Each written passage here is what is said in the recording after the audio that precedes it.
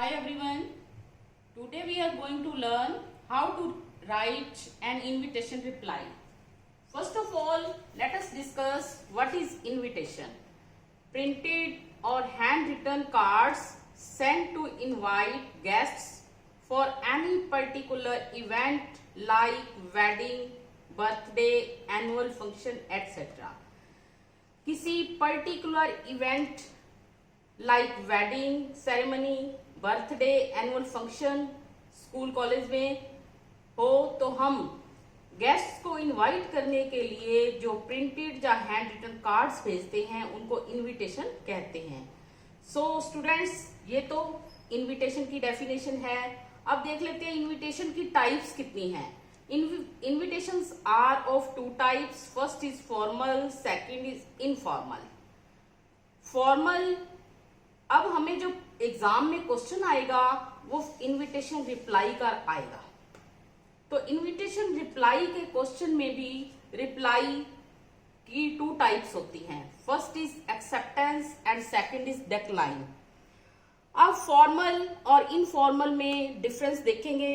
Formal reply होती है औपचारिक रिप्लाई, जिसमें हम अपने ऑफिशियल्स को या फेलो एम्प्लॉयज को रिप्लाई करेंगे। मान लो आपके स्कूल के प्रिंसिपल के बेटे की मैरिज है, वेडिंग है, आपको इनविटेशन कार्ड आता है और आपको रिप्लाई करना है, तो आप उसमें फॉर्मल रिप्लाई करोगे। आप पहले माइंड में ये सोचोगे कि मुझे जाना है या नहीं जाना।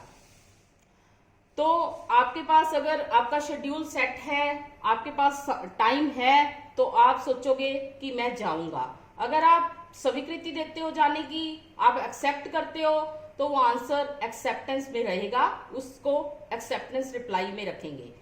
अगर आपके पास टाइम नहीं है, आप उन दिनों में बिजी हो या कहीं आपको जाना है या कोई ऑफिशियल वर्क की वजह से आप बिजी हो, तो आप उसका आंसर, उसकी रिप्लाई डिक्लाइन में करोगे। तो हमने देखा कि formal reply is of two types. First is acceptance and second is decline. Then we see informal reply.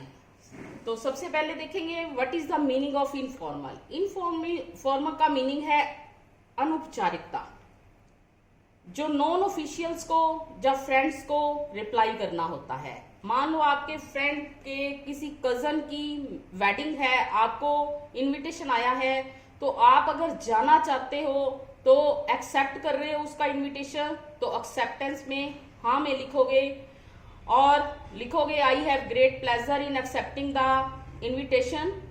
अगर आपको नहीं जाना, आप बिजी हो या नहीं जाना चाहते, तो आप उसका रिप्लाई डिक्लाइन में करोगे।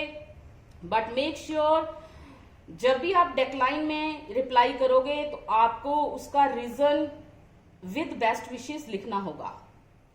अब कुछ रूल्स हैं फॉर्मल इनविटेशन रिप्लाई को लिखने के, हम देख लेते हैं। It is written in third person, कि फॉर्मल रिप्लाई एक्सेप्टेंस में हो या डिक्लाइन में, जब भी उसकी रिप्लाई करेंगे तो थर्ड पर्सन ही, शी, दे और या किसी का नाम, ये वर्ड, ये सब्जेक्ट यूज करेंगे। Second is name of invitee is not important. जो इनवाइटी है, जिसने इनवाइट किया है, उसका नाम लिखना इंपॉर्टेंट नहीं रहेगा। The matter should B centre aligned in case of card.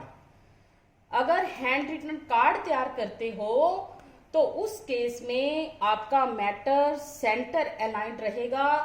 और इन अदर केस, अगर आप प्रिंटेड कार्ड्स तैयार करवाते हो तो उसका printed cards, in case of card printed cards, your matter is centre aligned, and in handwritten cards your matter should be left aligned.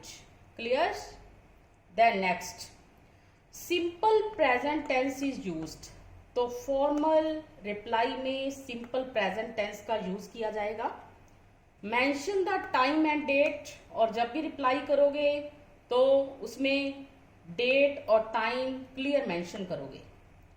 If refusing, और अगर आप रिफ्यूजिंग में आंसर देते हो, रिप्लाई करते हो, तो उसमें आप क्या मेंशन करोगे, उसका रीजन मेंशन करोगे कि मैं नहीं आ सकता इस कारण से, और इसके साथ आपको बेस्ट विशेस उसको पोलाइटली बोलना है, लिखना है।